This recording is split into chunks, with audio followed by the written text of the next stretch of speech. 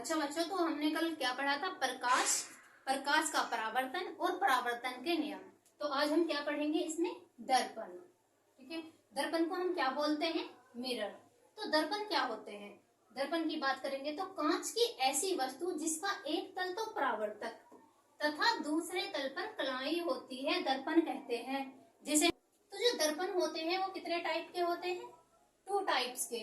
एक तो होता है समतल दर्पण, एक क्या होता है? समतल दर्पण, प्लेन मिरर।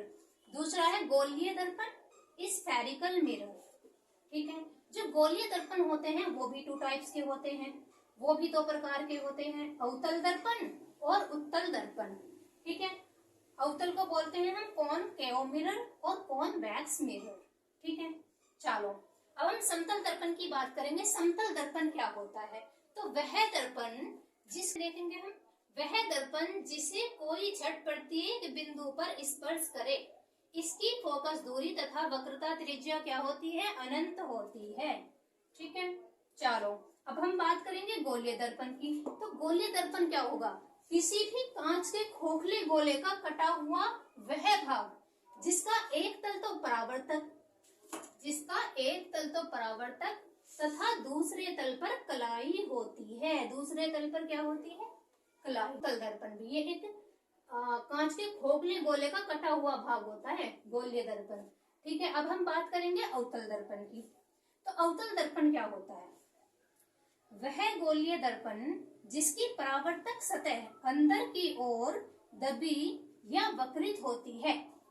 जिसकी परावर्तक सतह क्या होती है? इसका हम यहां बनाएंगे, ये क्या है? एक अवतल दर्पण है जिसकी परावर्तक सतह क्या होती है? ये है परावर्तक सतह और ये है पॉलिश वाला भाग। ठीक है, पॉलिश सतह, यहाँ पे क्या हो रखी है? पॉलिश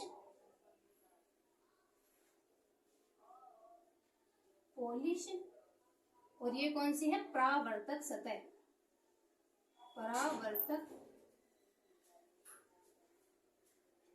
ये है परावर्तक सतह और ये है पॉलिश वाली सतह।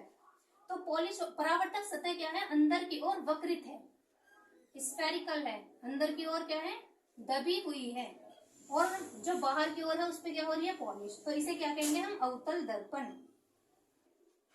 अवतल दर्पण का अगर हम बात करें तो अवतल दर्पण होता है ये।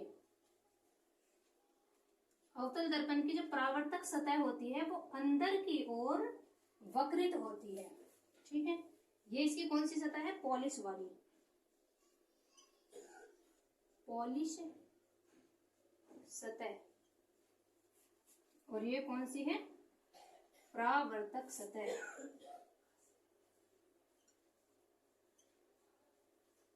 परावर्तक सतह। ठीक है, चलो उत्तल दर्पण में क्या होता है? वह दर्पण जिसकी परावर्तक सतह बाहर की ओर उभरी हुई होती है। ठीक है, तो ये है, और दबी हुई सतह पर क्या होती है? पॉलिश। तो ये कौन सी है? परावर्तक सतह,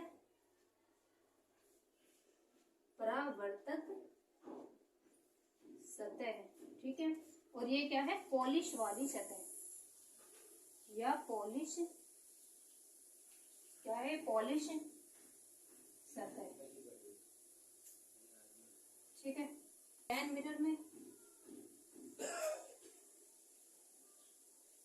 ये है हमारा समतल दर्पण। ठीक है, इस पे पॉलिश वाली सतह, इसकी पॉलिश सतह है, और ये है परावर्तक सतह।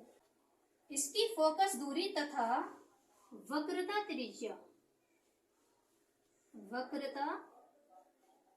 त्रिज्या सदैव ऋणात्मक होती है। क्या होती है? ऋणात्मक।